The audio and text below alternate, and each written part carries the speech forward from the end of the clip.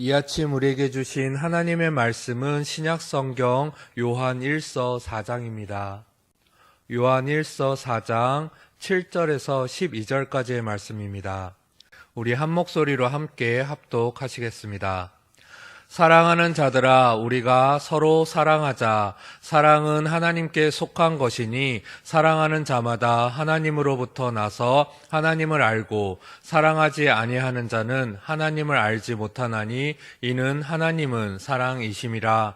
하나님의 사랑이 우리에게 이렇게 나타난 바 되었으니 하나님이 자기의 독생자를 세상에 보내심은 그로 말미암아 우리를 살리려 하심이라.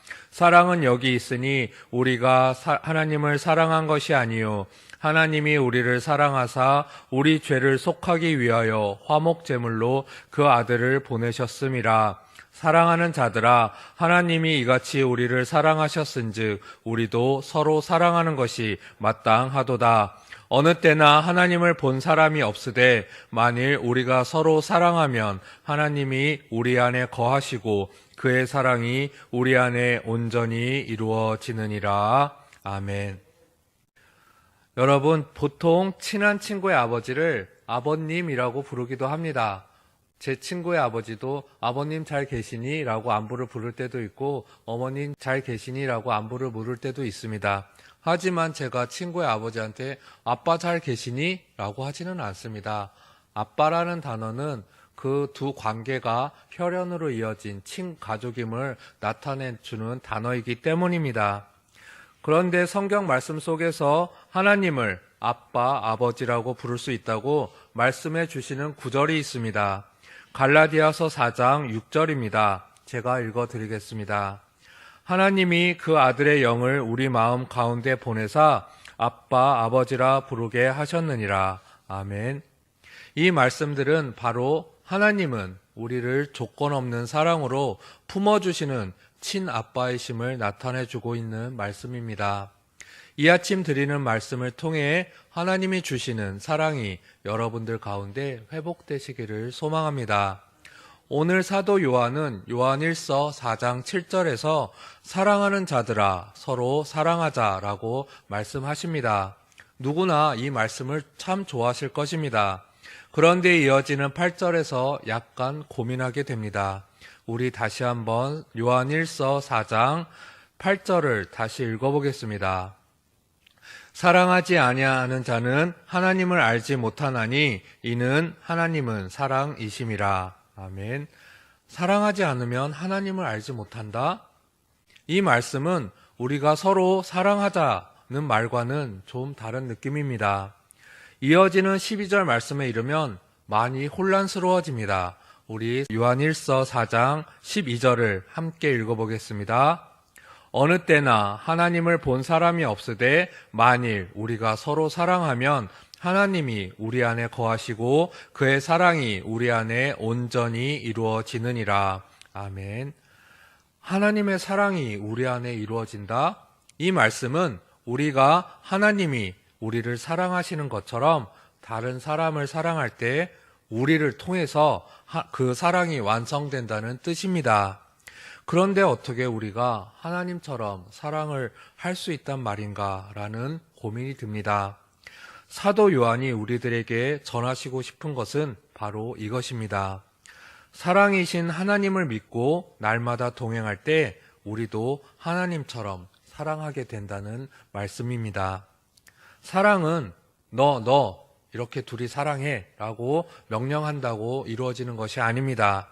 저 사람을 내가 꼭 사랑해야지 라고 결심한다고 이루어지는 것도 아닙니다.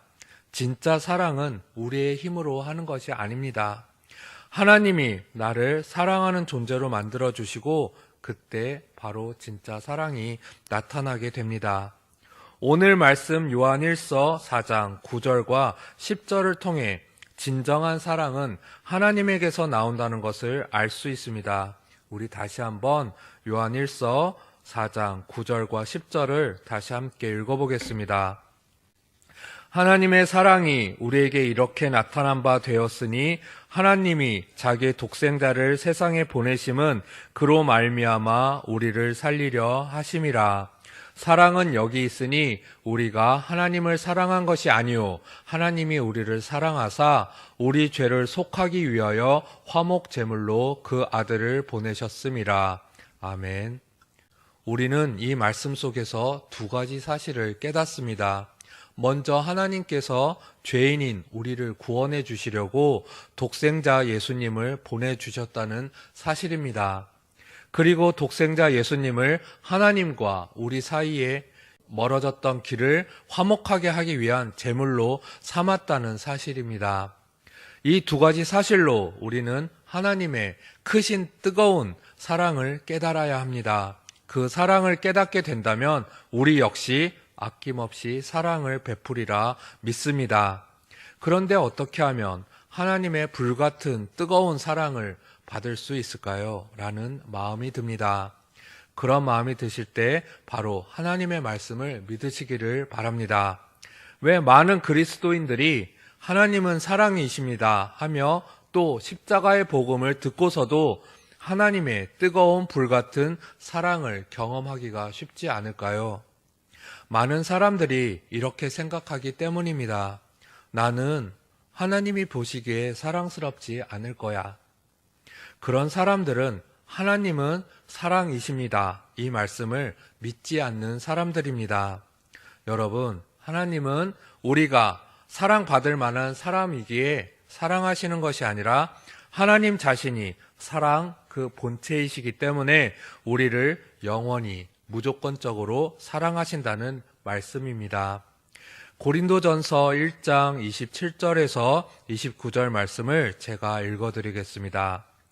그러나 하나님께서 세상에 미련한 것들을 택하사 지혜 있는 자들을 부끄럽게 하려 하시고 세상에 약한 것들을 택하사 강한 것들을 부끄럽게 하려 하시며 하나님께서 세상에 천한 것들과 멸시받는 것들과 없는 것들을 택하사 있는 것들을 패하려 하시나니 이는 아무 육체도 하나님 앞에서 자랑하지 못하게 하려 하심이라. 아멘. 여러분, 하나님은 약한 자, 미련한 자, 멸시받고 없고 비천한 자를 택하셔서 지혜가 있다는 자들과 강하다고 하는 자들을 부끄럽게 하신다고 말씀하십니다. 하나님 앞에서 잘난 사람은 단 한 명도 없습니다. 하나님께서는 우리 모두가 하나님의 사랑을 분명히 체험할 놀라운 은혜를 베풀어 주셨습니다. 오늘 말씀 요한 1서 4장 12절을 다시 한번 함께 읽겠습니다. 어느 때나 하나님을 본 사람이 없으되 만일 우리가 서로 사랑하면 하나님이 우리 안에 거하시고 그의 사랑이 우리 안에 온전히 이루어지느니라. 아멘. 우리가 서로 사랑하게 되는 것은 하나님이 우리 안에 계시기 때문임을 믿으시기를 바랍니다. 내 안에 하나님이 항상 계시다는 것을 믿는다면 주저없이 사랑을 베푸셔야 합니다. 여러분, 사랑은 머리로만 하는 것이 사랑이 아닙니다. 내가 먼저 손을 내밀고 내가 먼저 용서하고 내가 먼저 사랑하는 행동을 할 때 그 사랑이 전달되어집니다. 행동하셔야 합니다. 이제 예배를 마치고 각자 삶의 자리로 돌아가셨을 때 사랑을 실천해보는 하루가 되시기를 소망합니다. 가정에서, 직장에서 내가 서 있는 그 자리에서 주변의 사람들에게 사랑하는 마음을 가지신다면 짜증이나 불평이 사라지고 용서하는 마음이 생기실 것입니다. 오늘 성경 말씀을 기록한 사도 요한도 세상의 욕망이 가득했던 분이셨습니다. 그리고 거칠고 불같은 성격 덕분에 우레의 아들이라는 별명을 가졌던 분이셨습니다. 그런데 오늘 우리들에게 사랑을 전하시는 사랑의 사도가 되셨습니다. 요한 밖에 계셨던 성령 하나님이 그의 안에 들어오시고 하나님이 주신 가장 큰 선물이자 축복인 사랑을 깨달았기 때문입니다. 여러분, 아직 사랑의 마음이 뜨겁게 느껴지지 않으신다면 간절히 구하셔야 합니다. 그리고 이 자리에 계신 여러분 모두가 위대한 일, 바로 하나님 사랑의 축복의 통로가 되시길 소망합니다. 하나님의 사랑을 실천하시는 하루하루 되시기를 간절히 바랍니다. 기도드리겠습니다.